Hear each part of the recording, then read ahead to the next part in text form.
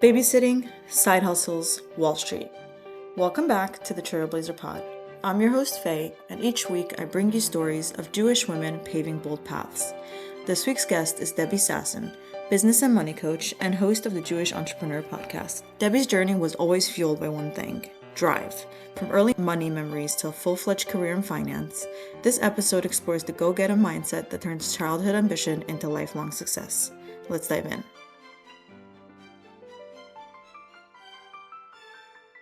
Debbie, welcome to the TrailBLAZER pod. Thank you so much for joining me today. How are you? I am great. Thank you so much for having me, Faye. It's fun. My pleasure. I've been seeing you on LinkedIn and I'm glad we got to sit down and because I read all your posts, but I want to really dig deep into what those posts are about. I usually start from the very beginning of what was Debbie like as a child, but I want to switch it up a little bit.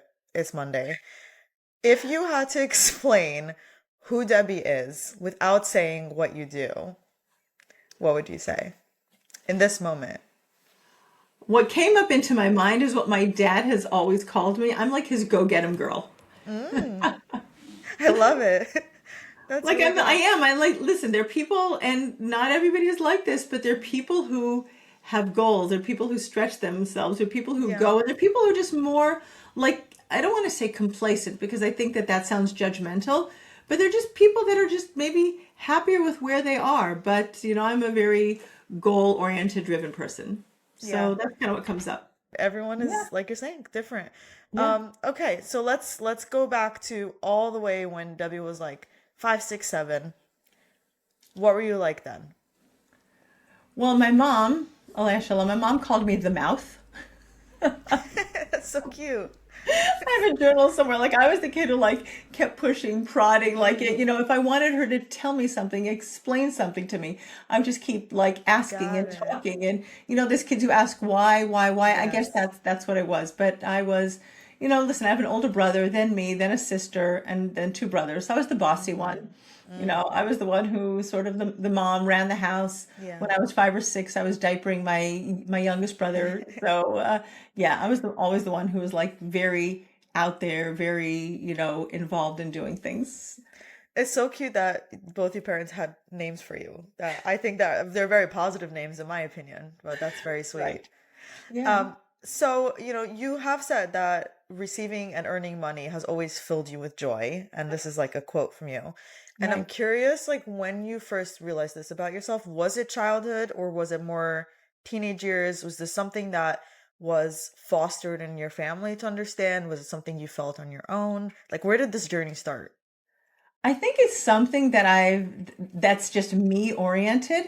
And listen, I've done a lot of money work. And when I go back to my earliest money memories, like one of them is going to the five and dime with money and buying pixie sticks Mhm. and babysitting and earning money. And I have even a recollection of my dad giving me an allowance, and I can see like the four shiny nickels that he held in a stack and giving them to me. So these are our money memories. And I remember my grandparents giving me checks for my birthday. And back in the day, I went to the bank, to the savings and loan, and deposited my checks and gave them my passbook. I'm aging myself a little bit, but but those are my memories of money.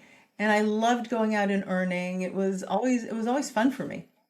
I think it's interesting because I think some of us understand the value at a very young age and some of us really truly don't. Why do some kids understand the concept and the value and some don't? So I think it's interesting at how that really led to your career, which it's Right. going to be a full circle moment.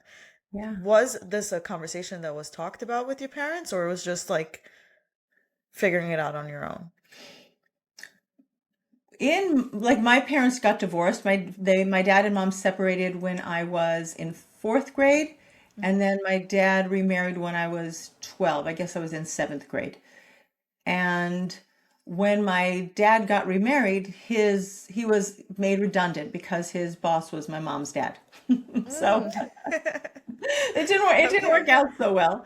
Okay. So, in terms of being talked about, then times were tight because now my dad had to build his own business. He went Mm. back to school, got an MBA because I don't know, I think his bachelor's was in like geography or something pretty useless like that in terms of like, supporting a Yeah. family of five.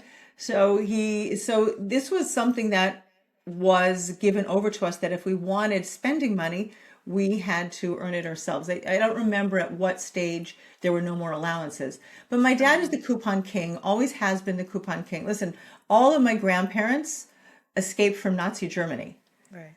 and they came to Los Angeles and they built themselves from scratch.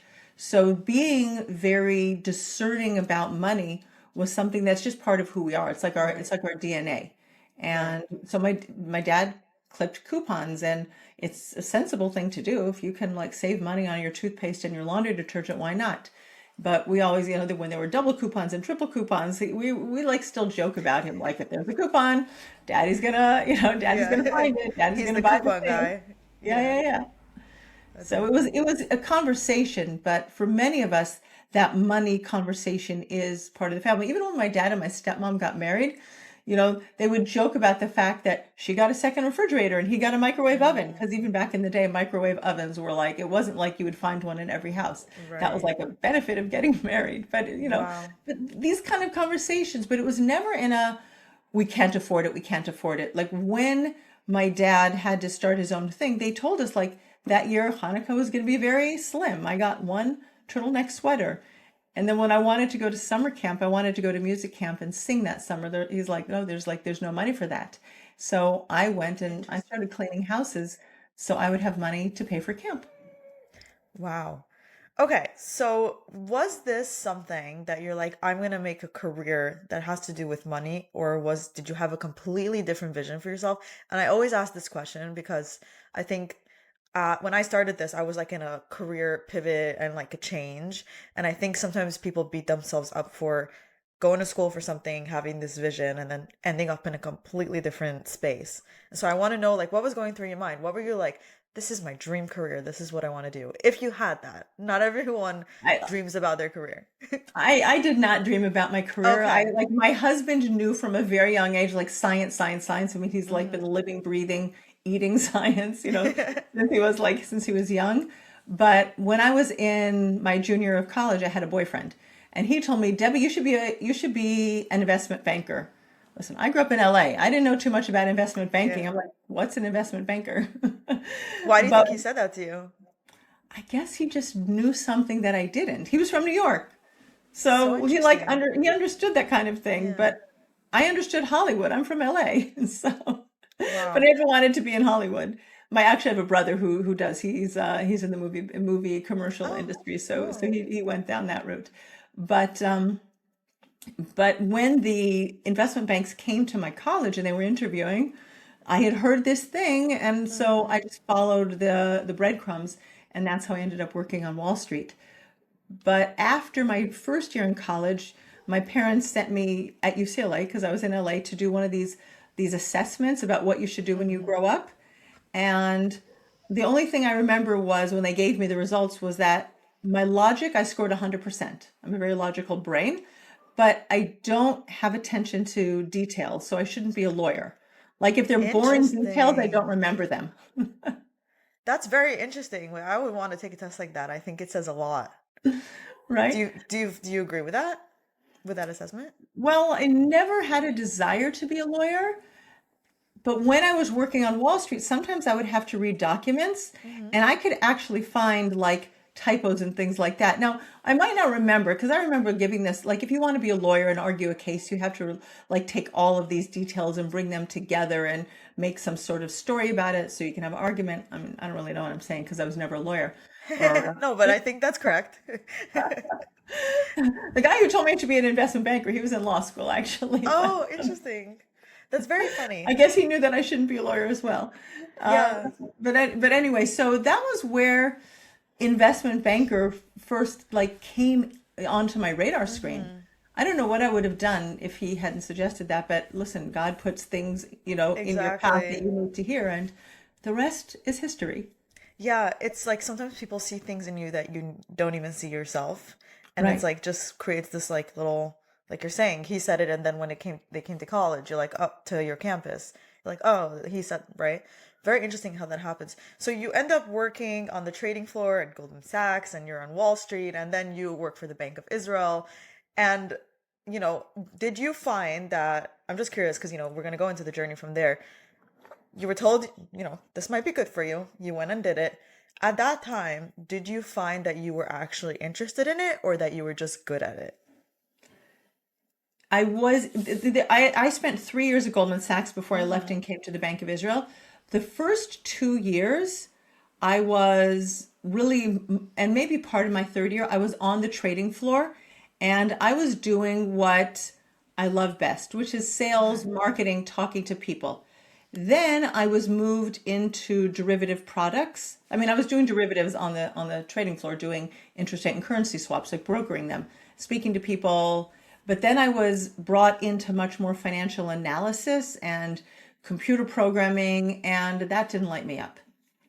I was moved off the trading floor, and maybe that was part of why I left. I don't know, but I was also making Aliyah. I was also moving to Israel, so I left. Got But it. that was not where I loved what I was doing. I could do it, kind of like reading the documents, finding the typos, things like that. But it Right. wasn't what I really enjoyed doing.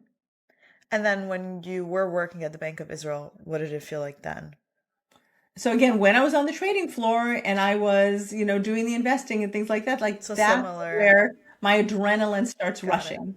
Got But it. Okay. after, about the first, I was there for 18 years, had a lot of kids, Baruch Hashem, while I was working there, my 8 kids. And then about halfway through, I was moved into the economics unit to do financial analysis and portfolio analysis because I didn't want to stay late anymore. I didn't want to be there in the evenings to talk to New York. I had kids at home and I was less fulfilled doing that. Yeah. Interesting how it took a similar trajectory in both places, I right? never thought about that till now. And as I was saying it, I was like, oh, this is interesting. Yeah. Yeah. Okay. So, you talked about, you wrote a post like you felt, again, kind of quoting, numb, frustrated, and underachieving in a role that most people would feel grateful for. Mhm. Talk to me about that feeling, because again, I think it's very relatable that from the outside, it's like people would kill for this job, but from the inside, you're just not feeling that like passion to, wake up in the morning and be like, this is what I want to do. And I think it's very important to have that, like that cognitive dissonance where you're not connected to the thing that's happening. Can you talk to me about that feeling and like what went through your head? Did you go through that feeling of like just be grateful that you have this, but then at some point it's like I can't anymore? Like what was going on there? In the beginning, when I moved, into the economics unit, everything's new, so I'm learning, and I like to learn. I like to keep growing, so I'm doing it. And listen, I'm taking off of work every 2 years to have a baby. Yeah, that's also Right, something. right. It is something. So Yeah. you can like convince yourself, okay, just Yeah. a little more, just a little more, just a little more, Right. and you can keep going. But there was that time where I was like, I can't do it anymore. I was doing when I was doing the financial analysis, performance analysis, how the reserves banks, how we were, doing in terms of investing the foreign currency reserves. I could do that and whatever else I was doing. And it's been so long that I don't even remember so much exactly what Yeah. I was doing. But once a month, every department had a meeting with the bank governor to discuss what are the economic developments out in the world and how could this affect the interest rate, how is it affecting the exchange rate. And I liked presenting. I Hmm. didn't enjoy so much preparing the presentation, but I enjoyed Oh, being the speaking role and presenting. Now, even now, if I give a workshop, I have to prepare it. But again, doing that analysis of what's going on in the world and what's going on, and collecting all that information, again, that's not something that lights me up. Some people love research and they love data and they eat it for breakfast, and I spit it out for breakfast. right. I was gonna say it's really helpful to understand what you like and what you don't like and what you're good at and what Right. you're not good at. And then you take everything you learn and you figure out where you want to go from there, right? Yeah. Which, brings me to my next point. So, you did this for so many years and then what happened and how did you shift that? I had said to my husband at some point, I'm like, I don't want to go back to work. I don't want to go Hmm. back to work. But listen, we have a large family, we have a growing family. And we have Kanana, her 8 kids, and they eat a lot and education and everything like that. So I kept going back to work. But at some point I had seen, well, like when I was on maternity leave for my 8th child.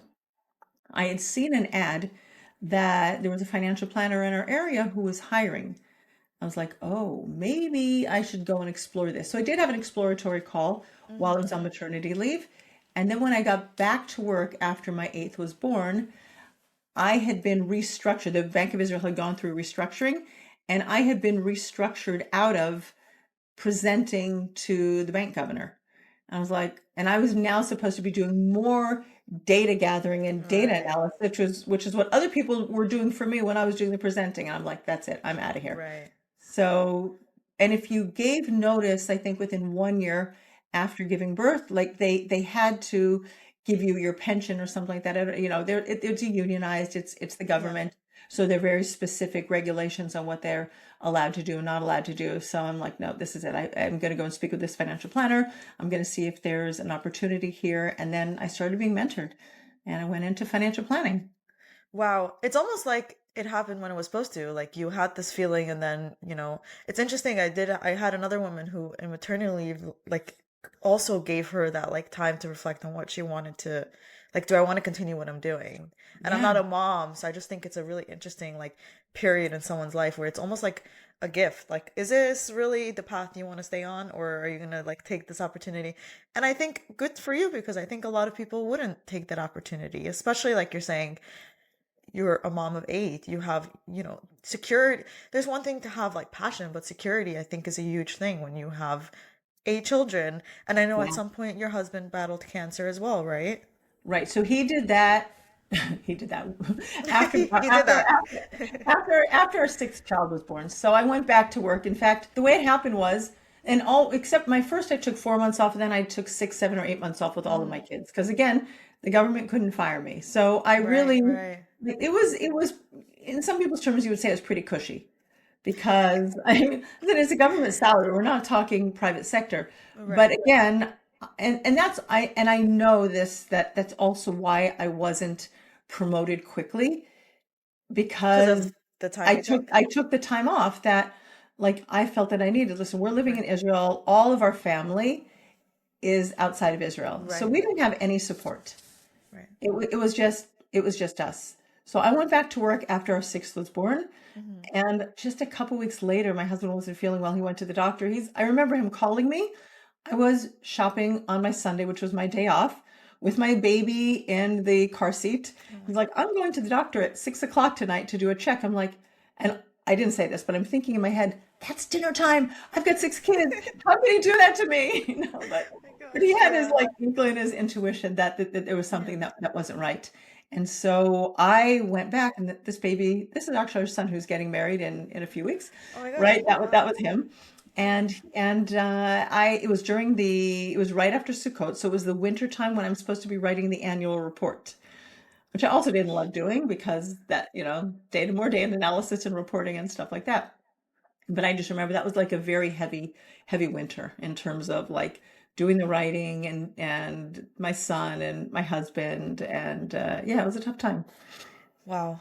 And no, it's just really interesting because all these things lend to somebody being like, no, stay where you are, take what you got, keep the secure job, right? Yeah, Which is makes a lot of sense. I think that's like you're saying you're a logical person, that's the logical thing to do, right? yeah, But then at some point you were given this opportunity to, you took your maternity leave and then your job shifted a little bit and you're like, oh, this is my opening. And you saw that, right? And you yeah, trusted your intuition, which I think that's why I like having these conversations because I think younger people can tap into, turn in, listen, and like tap into like that feeling that when it comes up for them, they can notice it and do something about it, right?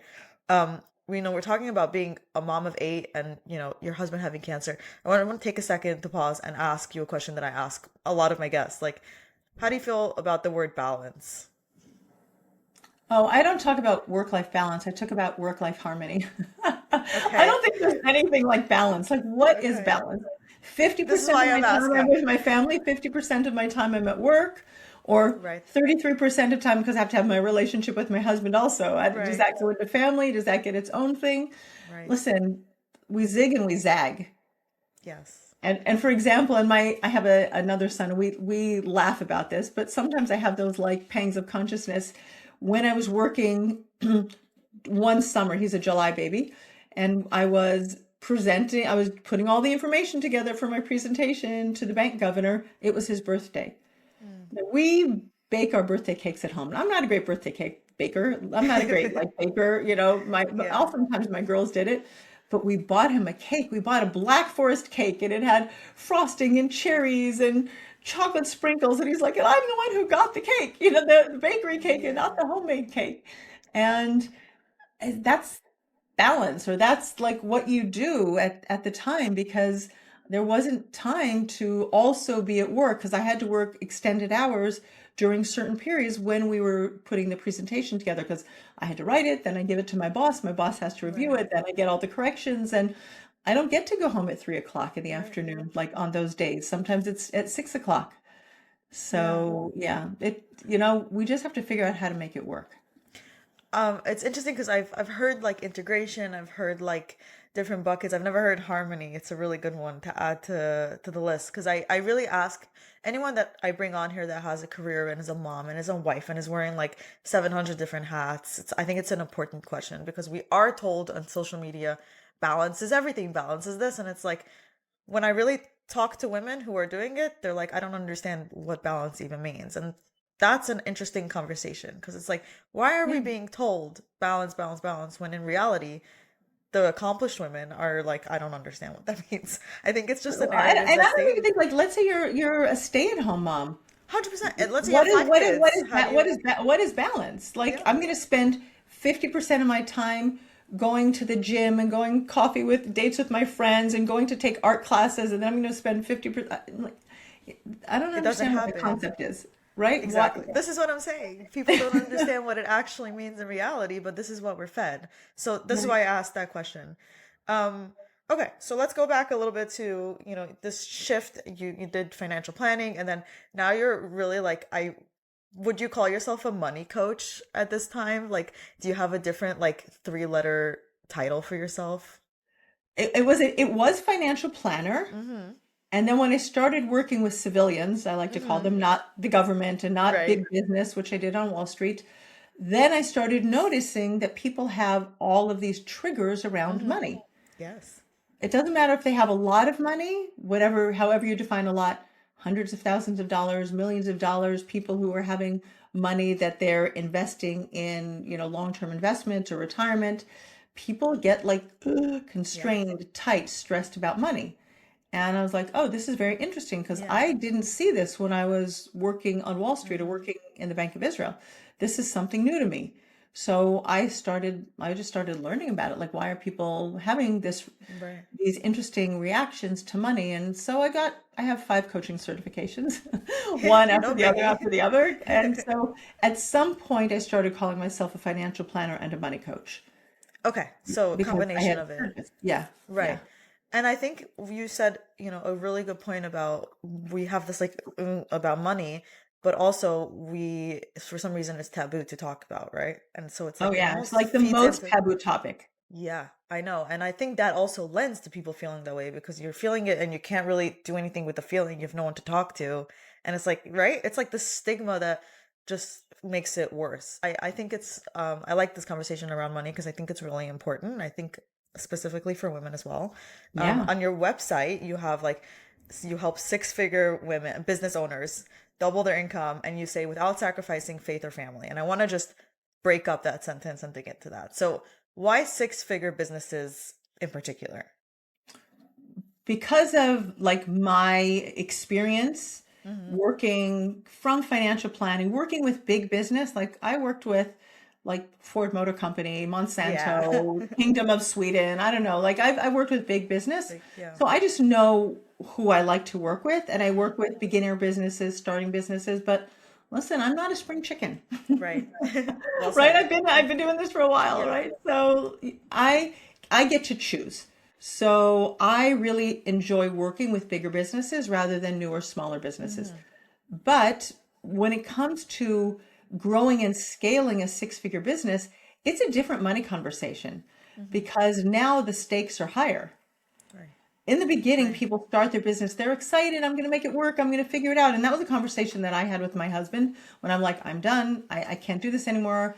And my husband, being the scientist and even more logical than I am, he's like, I need to see the numbers. How are we going to make this work? Like, how are we going to pay the bills? So he wanted to see Right. that. And listen, I can give you a financial plan. I can say, and I knew what I was going to get from the Bank of Israel as my like severance pay, Right. but I still had to go out and do the work to make my business work. Mm-hmm. And we start very excited. Now, some people have fear of marketing, fear of visibility, fear of showing up. My prices in the beginning, and I've talked about this on one of my podcasts. I was charging like the equivalent of like $25 an hour in the Mm-hmm. beginning because nobody taught me how to set my prices and what it Wow. meant. My mentor taught me about financial planning, but not like Yourself. understanding Yeah. what the long-term value of the work that I Wow. do is and helping me set my prices.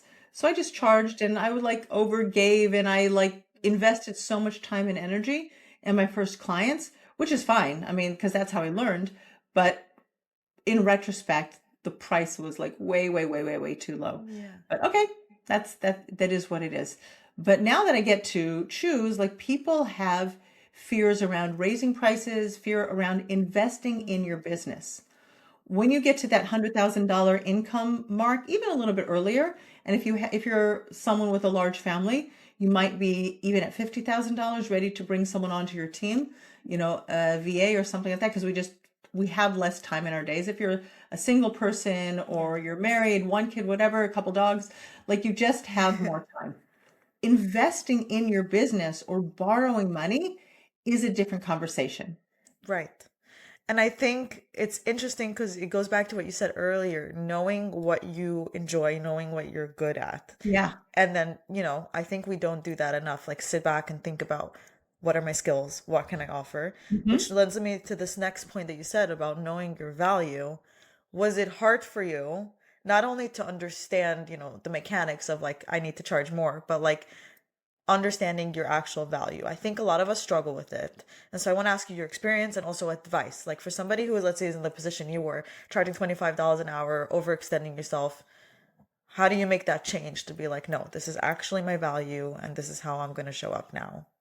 There is no equation. Mm-hmm.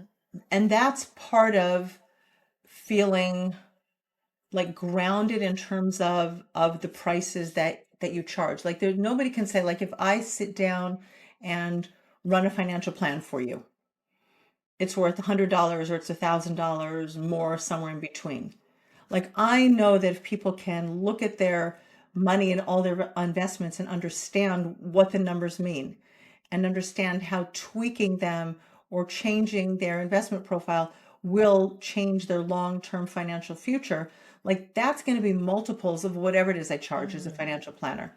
But I can't say, look, if you make this one little shift, you're going to have another $100,000 when you get to 65 or 70 and Right. you want to retire. So therefore, I'm charging you $100,000. Right. Right. So, but the value is understanding that it is going to impact somebody's life, that I know what I'm talking about because of my experience. And in the beginning, the $25 an hour, like I had no experience. That was my first client. So I got the experience that on the job training. And as you grow, you can do it more quickly, you do it with more certainty, you make less mistakes. So let's say, for example, that I was charging $1,000 for that financial plan. I remember the first time I actually charged $3,600 for like a 3-month package. And I was like shaking, and I was like, my friend we were accountability buddies, I'm like, I'm gonna vomit. That's so They said funny. yes, and then you Right. learn that, yeah, this does make a difference in somebody's life. So you learn to charge more. And it's finding where your growth edge is and stretching yourself.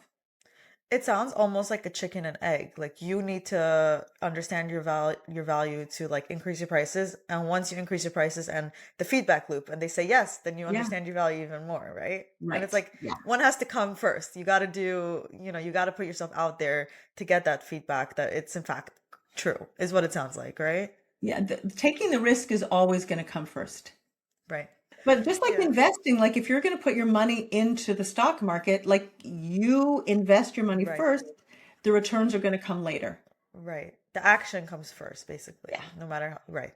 So let's pick apart the second part of that sentence. Without sacrificing faith or family, do you find that people are scared of it sacrificing their faith and family aspect? Yeah, because they're thinking that if I'm going to grow my business, I'm going to have to, like, if I'm going to double my income, I have to work Hmm. twice as hard. Got it. And so, okay, so I understand the family part. Now, what are they scared about the faith part? Is that if I make more money, I'm not going to be spiritual. If I raise my money, I'm not, if I There raise it my is. prices, I'm not going to be spiritual. I'm going to be greedy. People are going to talk about, and people, like I had a client once and she told me, you said you're on LinkedIn, that people were talking about me on LinkedIn that I was all for the money, Wow. right? Wow. So this is a question that I think people talk about. Do you think money changes people, or do you think money just enhances what they already are? Well, if you give me an either or, then I'm going to say enhances what they already are. No, because money is an inanimate object. How can money change you? Hmm. Your thoughts about money can change you, but pieces of paper or colorful plasticated pieces of paper, a line entry in your bank, like that doesn't do anything. It's an inanimate object. But your thoughts about how much you have or don't have, your thoughts about who you are now that you have this much money, or your income is at this level, or your investment account at this level, your thoughts can change who you are. But that's Interesting. only because those thoughts were there to begin with, or the potential Okay. for those thoughts were. Like if you think that, oh, once I'm a millionaire, I'm going to be blah, blah, blah, blah, because millionaires are like Right. this, then it's only because you're thinking that way. But the money doesn't do anything. It just sits there in your wallet or in your bank account. Doesn't do anything. Money can't change you. That is so interesting. I've never heard anyone explain it like that. That's really good. So when people are scared about, their faith or their spirituality, getting crushed by money, like how do you talk them through that? Is it a similar conversation to what we just said? Go and look on the sides of hospitals, the sides of like shul synagogues, the sides of ambulances. Like there are people who have quote unquote lots of money that donate. If Right. you're a good-hearted person, if you're a giver, like you will take your money and you'll donate it. And it's actually quite fascinating. If you look out just in the general world, and statistics, research proves this, is like Jewish communities give huge amounts of money. Like we are givers. Like that's part of our DNA. It's who we are. We obviously have, a Torah commandment to give Meiser, to give 10% or give more than that, but we are huge givers in the Yeah, world. it's really So I think beautiful. that the money can enhance who you are.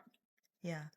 So, you talk about the difference between wealth and cash flow, and either on Instagram or LinkedIn or both. I think you post on both. Yeah. Why is that distinction important to understand, and like what is the difference? So cash flow is the amount of money that comes in. It flows. So it's going to be like water. There's like a flow of water. Money's going to move to you. Money's going to move through you. In a strict business sense, your cash flow is the amount of money that's coming into your business. Or even in your house. Like if you're an Mm, employee, then the cash flow is the amount of money that comes into your household. But wealth, you can't define wealth. Wealth is a subjective term. But also say like wealth is a feeling. It's not really an amount of money. Ezehu Ashir, like who is right, wealthy, the one who's happy with his lot. That's what right, we learn in Pirkei Avot, in Ethics of the Father. It's like it's wealth is a feeling. Well, it's that happiness. So it doesn't matter if you have no money in the bank. It doesn't matter if you have $5 million or $5 billion in the bank. You can be happy regardless of the amount of money that you have. But when you're happy with what you've just been given, then you're a wealthy person. So there is a definite difference between wealth and and cash flow, cash. or wealth and money. Money is that inanimate object.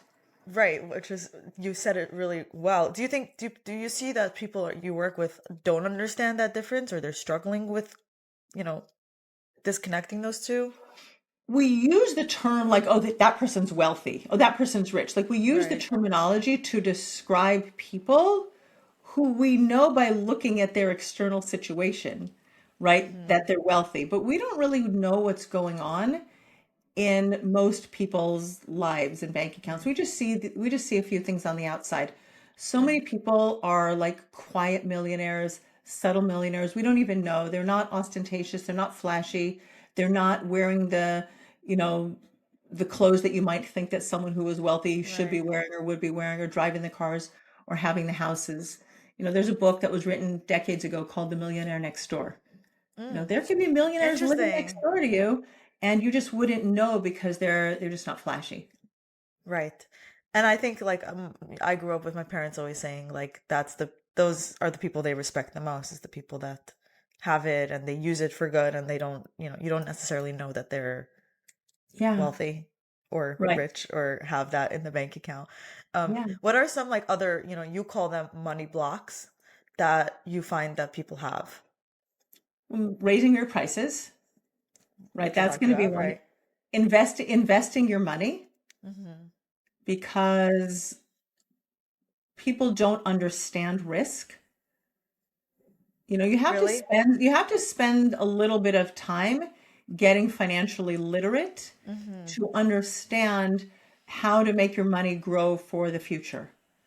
And I learned this because even though I worked on Wall Street, then this is where we have to start understanding the difference in what does it even mean to work on a trading floor on Wall Street. So Right. there's the stock trading floor and there's the bond trading floor. And I worked on the bond trading floor, not the stock Interesting. trading floor.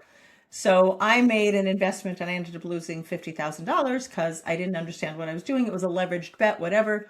I thought that I was like a smart aleck and I knew, and I Yeah. blew up in my face. But then I was like, oh, I better start figuring this out. Right.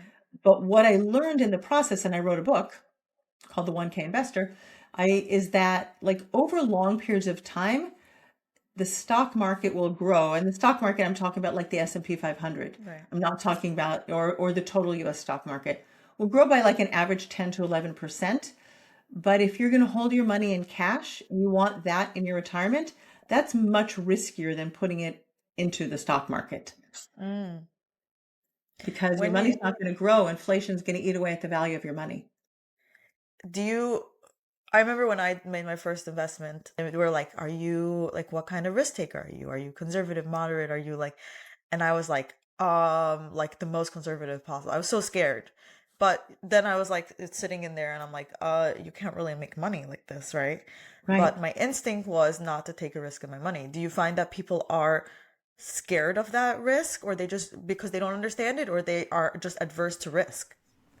Like you just explained it, right? I'm like, I don't know. I don't want to take risk. Yeah. Like, what does that even mean to someone? Like someone is going to read that and they have to do it. They go and, they're going to, the Securities and Exchange Commission is like, they have to fill out these applications. Like I have a client that I'm working with also that she started her investments with an investment advisor and then we're doing just financial planning on the side. But I sit down and explain it. Like people just look at him like conservative. I don't want to lose money because we are Right. biased. We'd rather not lose money more than we'd rather gain money. Like that Yes, was exactly. right. So I don't remember if it was Dan Kahneman or Emma Tversky. One of them did the research on that and Mm. actually looked at what people's propensities are. And we would rather make sure we don't lose rather than make sure that we win. We Yeah. play. I guess you can say we play not to lose, but you're going to lose. But you'll look at that and be like, no, I'm conservative. Yeah. So they will just like take your tick the box Yeah. and they'll go and invest the money for you. Yeah. And here's like a rule, an investment rule that people don't even understand. There's something called the rule of 72, Mm-hmm. which is if you take the expected return of your portfolio. So if it's the S&P 500, let's say it's 10%. But you told your investment advisor, I want to be conservative. So he'll say, let's make my math easy. He'll say, okay, 4%, Mm-hmm. because that's pretty conservative. So take 72 and divide it by 10. You would expect to double your money in the S&P 500 after 7.2 years. Got it. Okay. In a conservative investment that's making 4%, you would expect to double your money in 18 Okay. years because 72 divided by 4 is 18. Wow. But that's risky.